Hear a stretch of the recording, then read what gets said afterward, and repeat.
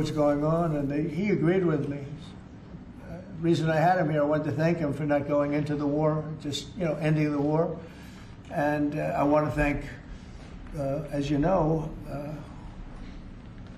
Prime Minister Modi just left, just a little while ago, just left, and we're working a trade deal with India, we're working a trade deal with Pakistan, and they were both here. But I was with Modi a few weeks ago. He was here actually, but now we speak to him, and I'm so happy. There was a deal that two smart people, plus, they had people on their staff too, but two very smart people decided not to keep going with that war. That could have been a nuclear war. Those are two nuclear powers, big ones, big nuclear powers, and they decided not. So I was honored to meet him today. And if I can, Mr. Keefe, sir, and for anyone who may want to answer, how has the travel bans from certain countries affected fans maybe coming in for the games, or is that not a consideration? Johnny, go ahead. Yeah, no, it's not a concern for us. For the games now in the Club World Cup, everything has been done in a very smooth way. We have an excellent collaboration, of course, with the President, but with the task force in particular. For next year, the World Cup, we have one more year to work. Done in a very smooth way. We have an excellent collaboration, of course, with the President, but with the task force in particular. For next year, the World Cup, we have one more year to work, and the learnings that we have this year with the Club World Cup, which is historic, I say this to all the Americans, because it's the first ever Club World Cup, and it's played in the United States of America. So the learnings we'll have for this will apply them next year. And they're largely sold out, so but I don't know. I don't think he's too worried about the travel ban. He doesn't know what the travel ban is, I don't think. Johnny, tell me what the travel ban is. He doesn't know what it is. He's largely sold out. Like tonight is totally. I have friends, they heard about this meeting. They said, can you give me tickets? I don't know if I can get tickets. He won't give them to me. We can speak. Maybe John will give them to me. Yeah, please. Mr. President, two questions, if I could. One about Iran and then one domestically. With both here and abroad, who are not only concerned about the U.S. potentially getting involved in another conflict in the Middle East, but worry about the potential for retaliation here at home. Yeah. Well, I don't want to get involved either, but I've been saying for 20 years, maybe longer, that Iran cannot have a nuclear weapon. I've been saying it for a long time. And I think they were a few weeks away from having one.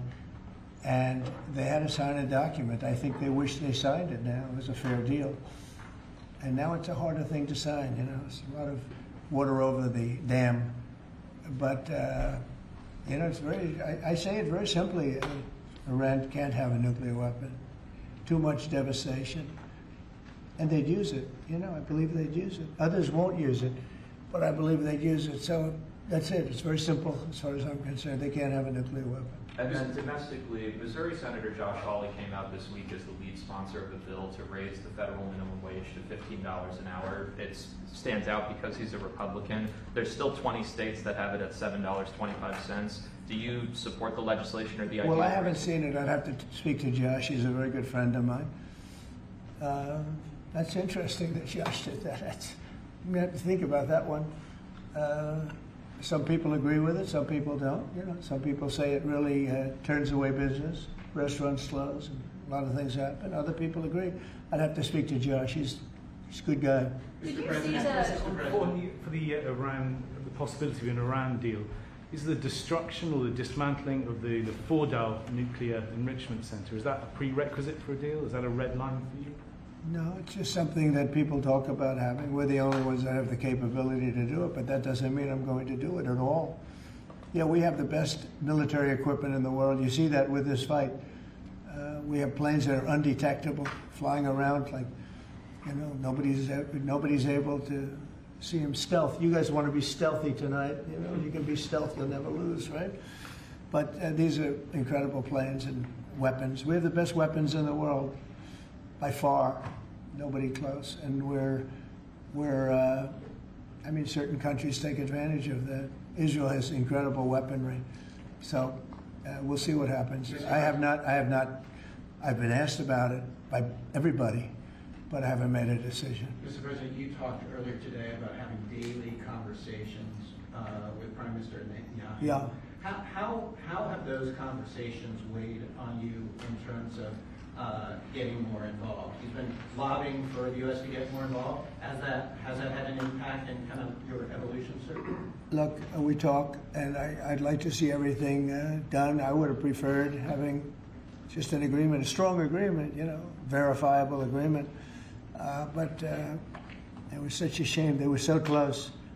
You know, Iran was very close to signing what would have been a very good agreement for them. And maybe that could still happen, I guess. You know, they do want to come and see us. They want to see me in the White House. That's a big statement. But it's very late. Is it enough of a statement to hold off getting? We're going to see what happens. Look, we're going to see what happens. Ending it as soon as you can would be good. Have you closed the door on meeting with them? No. Okay, so it's still open to them coming here in your Yeah, eyes. I mean, they asked if they could come. We'll see if that happens. It's not that easy for them to come. They can't get out. You know, they're in Iran, and in one case, the guy wanted to come so badly, but he can't get out because there's bombs dropping all over the place. Have you seen the Tucker Carlson and Senator Ted Cruz interview? It seems like this issue on whether or not the United States should strike is kind of dividing a lot of your supporters. No, my supporters are for me. My supporters are America first. They make America great again. My supporters don't want to see Iran have a nuclear weapon. Tucker's a nice guy. He called and apologized the other day because he thought he said things that were a little bit too strong, and I appreciated that. And Ted Cruz is a nice guy. I mean, he's been with me for a long time. I'd say once the race was over, he's been with me ever since, right? But very simple. If they think that it's okay for Iran to have a nuclear weapon, then they should oppose me, but nobody thinks it's okay. People that don't want, I don't want to fight either. I'm not looking to fight. But if it's a choice between fighting and them having a nuclear weapon, you have to do what you have to do. Maybe we won't have to fight. Don't forget, we haven't been fighting.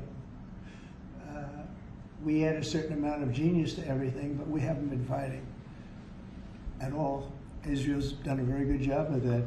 But we'll see what happens. The bottom line is they can't have nuclear. And if Ted, I can't imagine that Ted Cruz said it's okay for Iran to have nuclear, including Tucker.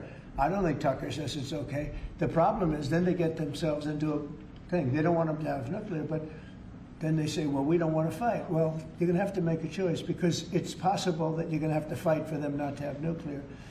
And it's interesting because I did ask Tucker, I said, well, are you okay with nuclear weapons being in the hands of Iran? And he sort of didn't like that. He didn't want to really, but he sort of didn't like that. And I said, well, if it's okay with you, then you and I do have a difference. But it's really not okay with him. Therefore, you may have to fight, and maybe it'll end, and maybe it'll end very quickly.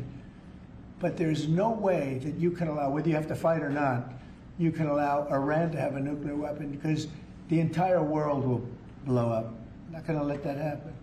Mr. President, you had a bit of a row with President Emmanuel Macron of France the other day at the G7, No, it sounded like. he's a nice guy. Look, he said I was going back home to make a ceasefire.